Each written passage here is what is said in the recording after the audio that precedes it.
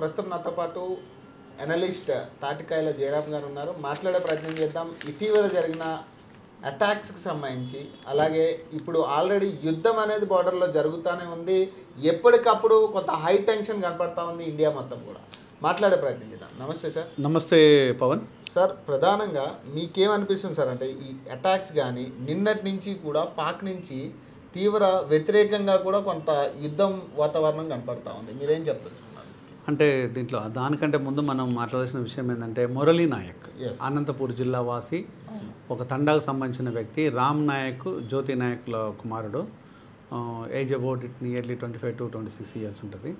ఆయన యుద్ధంలో మరణించడం అంటే ఈరోజు ఏదో ఇంటి కోసమో లేకపోతే వేరే విషయం కాదు. యావత్ 140 కోట్ల మంది జనం కోసము రక్షణ దళంగా తను కీలకమైన వ్యక్తిగా ఉన్న తన ప్రాణాన్ని పట్టుగా పెట్టేసి మన అందరం ఈరోజు ఇంత హ్యాపీగా సంతోషంగా మాట్లాడగలుగుతున్నాము, తినగలుగుతున్నాము అంటే ఈరోజు వీర జవానుల ఫలమే అని చెప్పొచ్చు.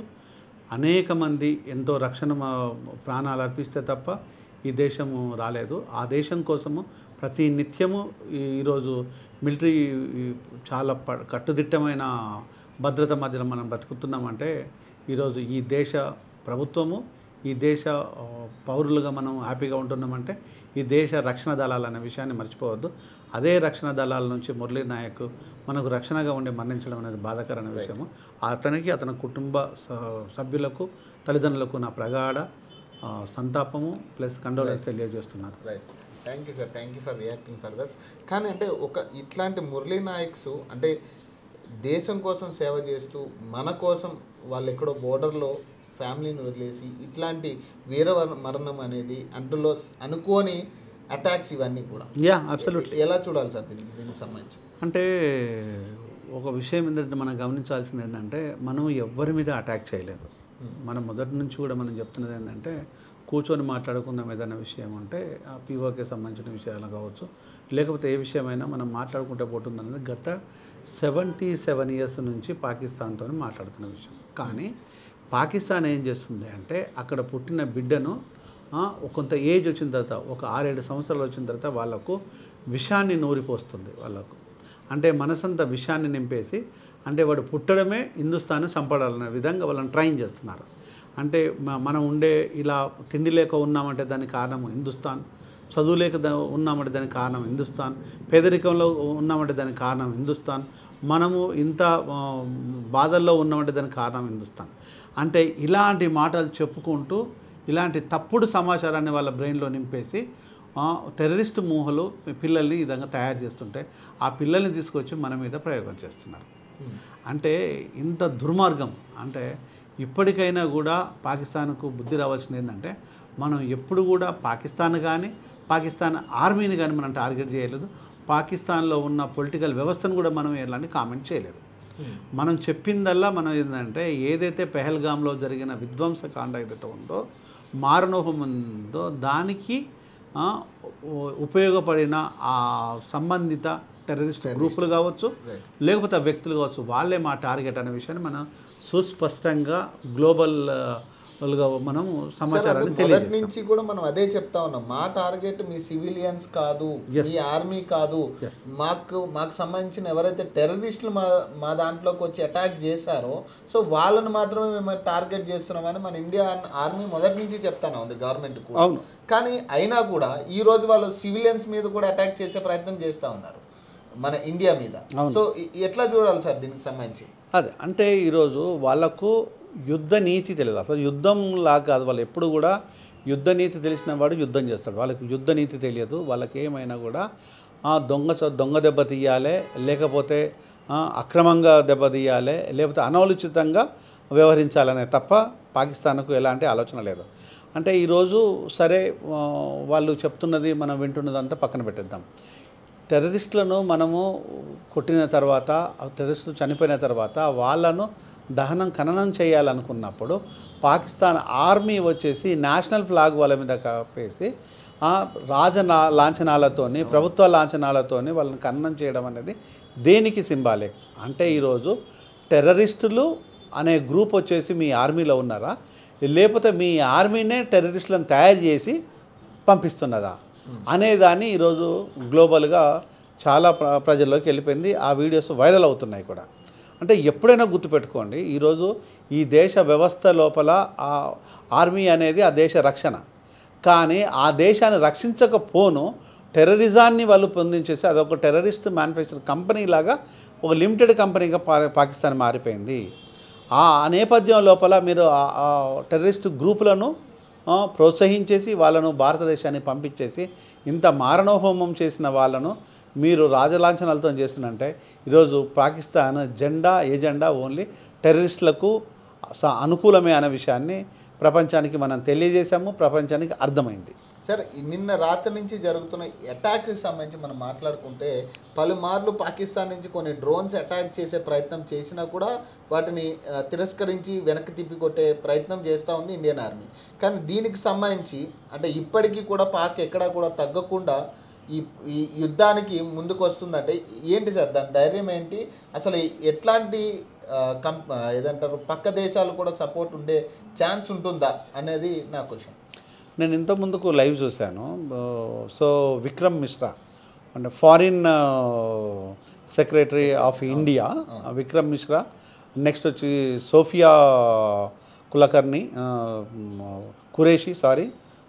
కురేషి, నెక్స్ట్ భూమికా సింగ్, వీళ్ళు ముగ్గురితోనే ప్రెస్ మీట్ పెట్టేసి అనేక విషయాలు చెప్పుకుంటారు. అంటే 36 చోట్ల మేము దాడులు చేస్తాం పాకిస్తాన్ లోపల, మనము క్షేమము, ఎలాంటి ఇబ్బందులు లేవు, ఎక్కడైతే మనం వెళ్ళామో వాటిని శాటిలైట్ ద్వారా చాలా అడ్వాన్స్గా మనం చేసి వాళ్ళ మీద దాడులు చేసామన్న దాన్ని చాలాసేపు వాళ్ళు మాట్లాడారు. దాన్ని నేను గమనించాను. అంటే మన దేశం ఎప్పుడు కూడా అలర్ట్గా ఉంది. ఇప్పుడు యుద్ధము అనేది పెద్ద ఇబ్బందికరమైన విషయం మనకు కాదు. ఈరోజు మనల్ని రెచ్చగొట్టి తన్నించుకుంటున్నది పాకిస్తాన్కు ఈరోజు అక్కడ ప్రజలు కానీ అక్కడ ఉండే వ్యవస్థ కానీ వాళ్ళకి కావాల్సింది ఏంటంటే చదువు, వైద్యము, ఆకలితో ఉన్న వాళ్ళకు అన్నము. అది ఏది చూడకుండా ఓన్లీ పాకిస్తాన్ ఆర్మీ చేత బిజినెస్లు చేపించేసి ఈరోజు నిత్యావసర వస్తువులు అమ్మిపించేసి దాని మీద దోపిడీ చేసేసి ఈరోజు భారతదేశాన్ని దెబ్బ కొట్టడం కోసము తయారు చేస్తున్నారు. అది బాధాకరమైన విషయం. మరొక అంశం ఏంటంటే పాకిస్తాన్ ఈరోజు ఇదే యుద్ధం చేయడం కోసము పక్క దేశాలకు పాకిస్తాన్ మిత్ర దేశాలకు అప్పు కోసం, జనరల్గా అప్పు కోసం పోతే ఏం చేయాలంటే ఇన్ఫ్రాస్ట్రక్చర్ కానీ లేకపోతే డెవలప్మెంట్ యాక్టివిటీ చేయడం కోసం మాత్రమే అప్పుల కోసం పోతారు. కానీ యుద్ధం చేయడం కోసమని పక్క దేశాలకు అప్పులో పోతే వాళ్ళు తిరస్కరించి పంపించేశారు. అంటే ఈరోజు ఈవెన్ చైనా కూడా వాళ్ళకు సహాయపడుతున్న చైనా కూడా నీతి వచనాలు చెప్తుంది. ఇండియా ప్లస్ పాకిస్తాను ఇద్దరు శాంతి చర్చలు జరపాలి అని చెప్పుకుంటూ వస్తుంది. అంటే ఈరోజు నీతులు ఎవరైనా చెప్పొచ్చు, కానీ మనం ఎప్పుడు కూడా యుద్ధాన్ని కోరుకోలేదు. యుద్ధాన్ని వాళ్ళు కోరుకున్నారు, వాళ్ళు మొదలుపెట్టారు, మనం కంటిన్యూ చేస్తున్నాం. ఇది మనం మొదలు పెట్టలేదు, పాకిస్తాన్ మొదలుపెట్టిందని మనం కంటిన్యూ చేస్తున్నాం. దీన్ని బట్టి ముందుగా ఎట్లా ఉండబోతుంది సార్? అంటే యుద్ధం అయ్యే ఛాన్స్ ఉందా? ఎందుకంటే దీన్ని యుద్ధంగా తీసుకోవాలా, లేదంటే దీన్ని కేవలం అటాక్స్గా అంటే ఏమంటారు దాన్ని కయ్యానికి కాలు దువ్వే కారణంగా చూడాలా, లేకపోతే అటాక్గా చూడాలా, లేకపోతే ఏంటి? అంటే పవన్ దీంట్లో ఎట్లుంటుందంటే మనల్ని వాళ్ళు రెచ్చగొట్టేసి కవింపు చర్యలు చేయడం అనేది పాకిస్తాన్కు ఇది కొత్త ఏం కాదు. పదే చేస్తుంటారు, తనలో పడుతుంటారు మన చేత. ఇప్పుడు కూడా వాళ్ళు అదే ఈ కవ్వింపు చర్యలు చేసే ఇప్పుడు మన చేత తన్నించుకుంటున్నారు. ఇది ఎప్పుడు కూడా పాకిస్తాన్ అర్థం కావాల్సింది ఏంటంటే, పాకిస్తాన్కి సహకరిస్తున్న దేశాలకు అర్థం కావాల్సింది ఏంటంటే, పాకిస్తాన్ అనేది విషపు కూరలతో ఉన్న నాగుపాము. ఎక్కడైతే తిండి తింటారో, ఎక్కడైతే పాలు తాగుతారో అక్కడ ఆ వ్యక్తులనే కాటేయడానికి ఏమాత్రము సంశయించరు. ఈ దేశం నుంచి విడిపోయిన పాకిస్తాను ఈ దేశం మీదనే కత్తి కట్టిందంటే అంతకంటే దుర్మార్గం ఏముంది? ఈ దేశం నుంచి విడిపోయింది పాకిస్తాన్, ఈ దేశం మీదనే కత్తి కట్టడం అనేది ఎంతవరకు సమంజసం? అది సరైన విధానం కాదు. ఎప్పుడు కూడా పాకిస్తాన్ కావాల్సింది ఏంటంటే విద్వేషపూరితమైన ప్రసంగాలు చేయడము, ప్రజలను విద్వేషం రెచ్చగొట్టేసి పబ్బం గడుపుకోవడము. కానీ మనం మాత్రం ఏం చేస్తున్నామంటే, ఈరోజు కోవిడ్ వచ్చినప్పుడు వ్యాక్సిన్ అనేక దేశాలకు పంపించేసాం. ఈరోజు అనేక దేశాలకు రక్షణ కవచంగా మనం ఉన్నాం. అనేక దేశాలకు ఎలాంటి ఏదైనా ఇబ్బంది వచ్చినప్పుడు మనము ఆర్థిక సహాయము అనేక రకాల సహాయాలు చేసుకుంటూ వచ్చాం. కానీ పాకిస్తాన్కు అర్థం కావాల్సింది ఏంటంటే, మనతోని స్నేహ సంబంధాలు మెయింటైన్ చేస్తే పాకిస్తాన్కు అన్నమైన దొరుకుతుంది. కానీ ఈరోజు యుద్ధం చేయడానికి ట్రై చేస్తే పాకిస్తాన్ ఉన్న భూ విస్తీర్ణం వచ్చేసి ఒక 100 అంటే రియల్గా చెప్పాలంటే 1100 చదరపు కిలోమీటర్ల విస్తీర్ణంతో ఉన్నది. దాన్ని మట్టుబెట్టడానికి 24 అవర్స్ నుంచి 48 అవర్స్లో మనకున్న వెపన్స్తో మట్టుపెట్టచ్చు.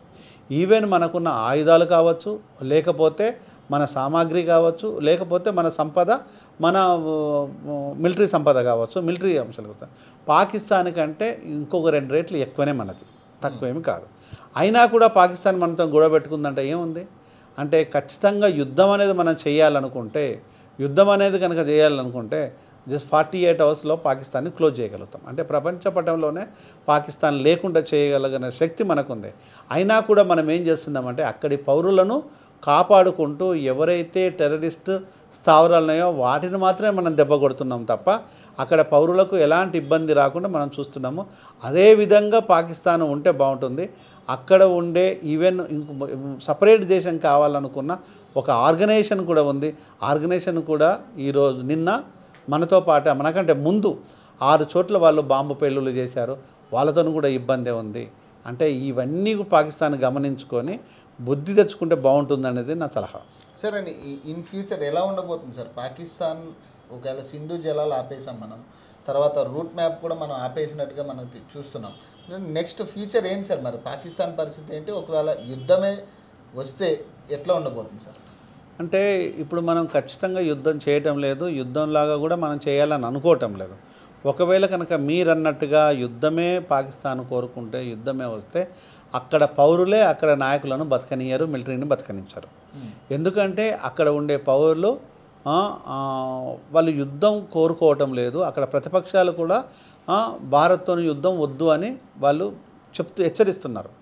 ఈవెన్ ప్రతిపక్ష నాయకులు భారత్తో యుద్ధం వద్దు, భారత్ అన్ని విషయాలలో మనకంటే అడ్వాన్స్గా ఉంది, మానవత్వంతో కూడుకున్నట్టుగా ఉన్నారు జనాలు. కాబట్టి వాళ్ళ మీద మనం ఎలాంటి గొడవలకు వెళ్ళొద్దు అన్నదాన్ని ప్రతిపక్షాలు కోరుకుంటున్నాయి, పౌరులు కోరుకుంటున్నారు. కానీ టెర్రరిస్ట్ గ్రూపులు ఇప్పుడు అక్కడ కోరుకుంటున్న ఏదైతే మిలిటరీ వ్యవస్థ ఏదైతే ఉందో ఆ మిలిటరీ వ్యవస్థలో కొంతమంది టెర్రరిస్టులతో గ్రూపు కొల్యూడై ఇప్పుడు భారత్ మీద ఈ చేస్తున్నది దేనికోసం అంటే పీఓకేనో ఇంకేదో దానికోసం అనేది డ్రామాలు చెప్తారు. ఇదంతా శుద్ధ అబద్ధము.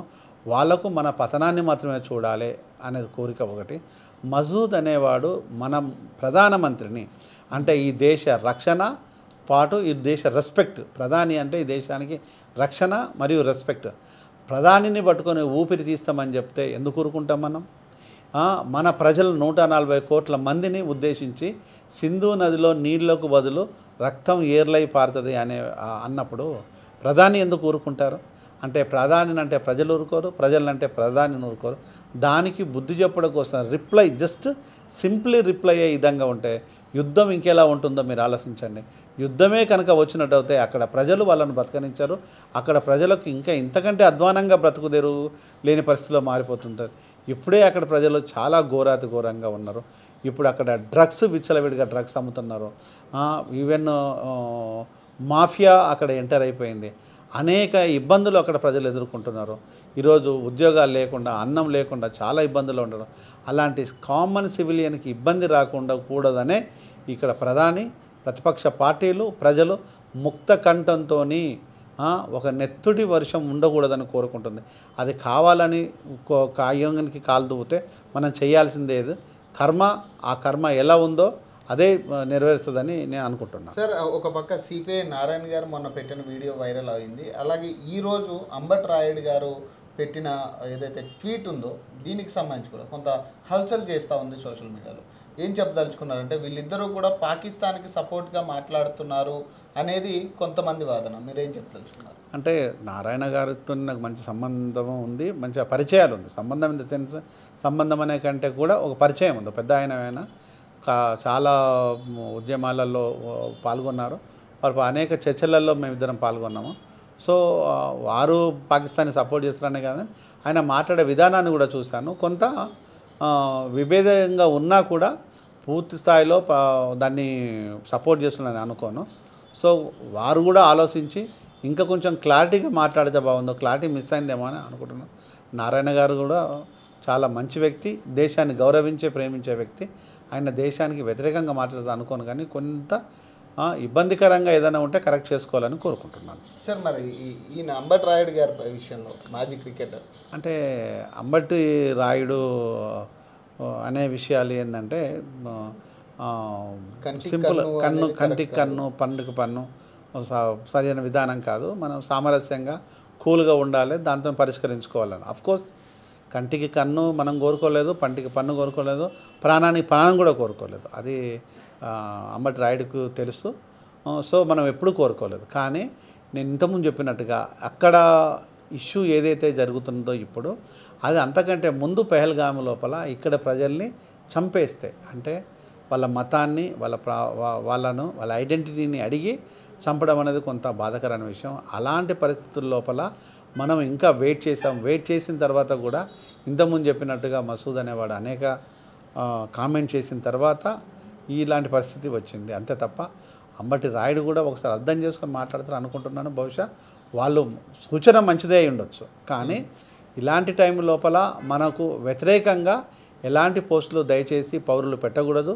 కామెంట్ చేయకుండా ముక్త కంఠంతో ఇది నా దేశము, 140 కోట్ల మంది ఒక్కరుగానే మాట్లాడాలి అనే దాన్నే మనం కోరుకుందాము. అలాంటిదే కూడా ఉండాలని కోరుకుంటూ వాళ్ళు కూడా అలాంటి ఆలోచనలే ఉంటారని నేను నమ్ముతున్నాను. అంటే ఫేజ్ 1లో ఢిల్లీ ఉందని ఎట్లయితే మనం కంక్లూడ్ చేసామో, అలాగే ఫేజ్ 2లో 2 తెలుగు రాష్ట్రాల్లో ఇటు హైదరాబాద్ అటు వైజాగ్ టార్గెటెడ్గా ఉంది ఉగ్రవాదులకి. ఈరోజు హైదరాబాద్లో శంషాబాద్ ఎయిర్పోర్ట్లో బాంబు ఉందని ఒక బెదిరింపు మెయిల్ అయితే రావడం జరిగింది. అది పాకిస్తాన్ స్లీపర్ సెల్స్ నుంచి వచ్చింది అనేది ఒక సమాచారం. మీరు ఏం చెప్పదలుచుకున్నారు? అంటే స్లీపర్ సెల్స్ యాక్టివేట్ అయ్యే ఛాన్స్ ఉందా ఇప్పుడు? అవి అవ్వచ్చు కూడా, ఎందుకంటే మనం కాదు అని చెప్పలేము. స్లీపర్ సెల్స్కు పలానా రూపం అనేది ఉండదు, ఏ రూపంలో అయినా ఉండొచ్చు, ఎక్కడైనా ఉండొచ్చు. దయచేసి అర్థం కావాల్సింది ఏంటంటే, ఇక్కడి ప్రజలు మన వాళ్ళకు అర్థం కావాల్సింది ఏంటంటే, సింపుల్గా ఎక్కడ కూడా విపరీతమైన కాంగ్రిగేషన్స్, అంటే మతపరమైన కాంగ్రిగేషన్స్ కానీ, లేకపోతే గుబ్బికూడే విషయాలు కానీ, లేకపోతే ఇతర పార్టీలు సమావేశాలు, లేకపోతే ఇతర సభలు కానీ, ఇవి కొంతకాలం వాయిదా చేసుకుంటే బాగుంటుంది. ఇంకోటి మెడికల్కి సంబంధించిన అంశాల్లో, డాక్టర్కి సంబంధించిన విషయాల లోపల రకరకాలుగా ఎక్కడో దగ్గర కాన్ఫరెన్స్లు అవుతాయి. అలాంటి కాన్ఫరెన్సెస్ కూడా జరగకూడదు, చేయకపోతే మంచిదని అనుకుంటున్నాను. ఎందుకంటే స్లీపర్ సెల్స్ ఈరోజు యాక్టివ్ అయిన క్రమం లోపల ఎక్కడ ఏ విధంగా ఏది ఇబ్బంది ఉంటుందో తెలియదు. అంటే హైదరాబాదు, అందులో తెలంగాణ థిక్లీ పాపులేటెడ్ ఏరియా. ఈ థిక్లీ పాపులేటెడ్ ఏరియాలో ఏదైనా జరగకూడని జరిగితే ఈరోజు పౌరులందరికీ ఇబ్బంది అవుతుంది. కాబట్టి దయచేసి మీరు ఆలోచనతో ఉండండి. నెక్స్ట్ ఇంకొక విషయానికి వస్తే నేను యూత్కి చెప్పాల్సుకున్నది ఏంటంటే, ఈ ముఖ్యంగా వారు జరుగుతున్నంత కాలము మీరు వ్యసనాలకు బానిసలాగా ఉండకండి. తాగడం కానీ, డ్రగ్స్ కానీ, ఇతర ఎంజాయ్మెంట్ విషయాలు కానీ కొంచెం దూరం పెట్టేసి మీరు మీ కుటుంబం మీద, మీ మీద మాత్రమే కాన్సన్ట్రేషన్ చేయండి. ఎక్కువ టైం రోడ్ల మీద ఉండకండి, తాగడం చేయకండి, కొత్త ప్రదేశాలకు వెళ్ళకండి, అత్యధికంగా గుబ్బి కూడకండి. ఇది దయచేసి మీరంతా యూత్ గమనిస్తే బాగుంటుంది, దీన్ని ఫాలో అవ్వాలని కోరుకుంటున్నాను. మరొక అంశం వచ్చేసి, ఎప్పుడైనా కూడా మనము ఇక్కడ యుద్ధానికి సంబంధించిన విషయాలను కానీ, సమాచారాన్ని కానీ, మీకు అనవసరమైన విషయాలు కానీ మీరు ఎప్పుడు ఇతరులకు తెలియకుండా ఫార్వర్డ్ చేయకూడదు. ఎందుకంటే యుద్ధానికి సంబంధించిన సమాచారం ఫార్వర్డ్ చేస్తే ఇది శత్రువు చేతిలోకి వెళ్తే అది మనకి ఇబ్బంది అవుతుంది. కాబట్టి దాన్ని దృష్టిలో పెట్టేసుకొని ఏది కూడా మీరు స్టేటస్లు పెట్టేటప్పుడు కానీ, ఫార్వర్డ్ చేసేటప్పుడు కానీ చాలా జాగ్రత్తగా రెస్పాన్సిబుల్ సిటిజన్గా ఉండి వ్యవహరించండి అని నేను కోరుకుంటున్నాను. సేమ్ టైం వచ్చేసి మీరు ఇతర ప్రాంతాలకు వెళ్ళేటప్పుడు అక్కడ ఆ ప్రాంతం లోపల అత్యధికంగా గుమ్మికూడే ప్రాంతాలలో ఉండకండి, ఉండనివ్వకండి. ప్రతి ఒక్కరు మీకు డౌట్ వచ్చినా, మీ పక్కవాడి మీద ఎలాంటి డౌట్ వచ్చినా కూడా, అతడితోని మన భద్రతకు ముప్పు వచ్చినా కూడా పక్క పోలీసులకు సమాచారాన్ని, పోలీస్ స్టేషన్ సమాచారాన్ని వీలైతే 100కి డయల్ చేసే సమాచారాన్ని ఇవ్వండి. దీన్ని ప్రతి ఒక్క పౌరుడు ఆచరించి దాన్ని సాధారణంగా దాన్ని గౌరవిస్తారని నేను కోరుకుంటున్నాను, నేను విన్నవిస్తున్నాను కూడా. ఎప్పుడైనా కూడా మన ప్రాంతం లోపల కాదు, మన రాష్ట్రం కాదు, ఇది మన దేశానికి సంబంధించిన, మన దేశ భద్రతకు సంబంధించిన అంశం. కాబట్టి ఈరోజు మీరు తీసుకునే ప్రతి నిర్ణయము మన దేశాన్ని కాపాడుకున్న వాళ్ళం అవుతాము. మీరు చేసే పొరపాటు మన దేశం లోపల ఇబ్బందిని తెచ్చిపెట్టుకుని అది ఇబ్బంది పెట్టే గ్రూపులో కాకుండా కాపాడుకునే గ్రూపులో మనం అందరం ఉండాలని కోరుకుంటున్నాను. Right, thank you sir, thank you.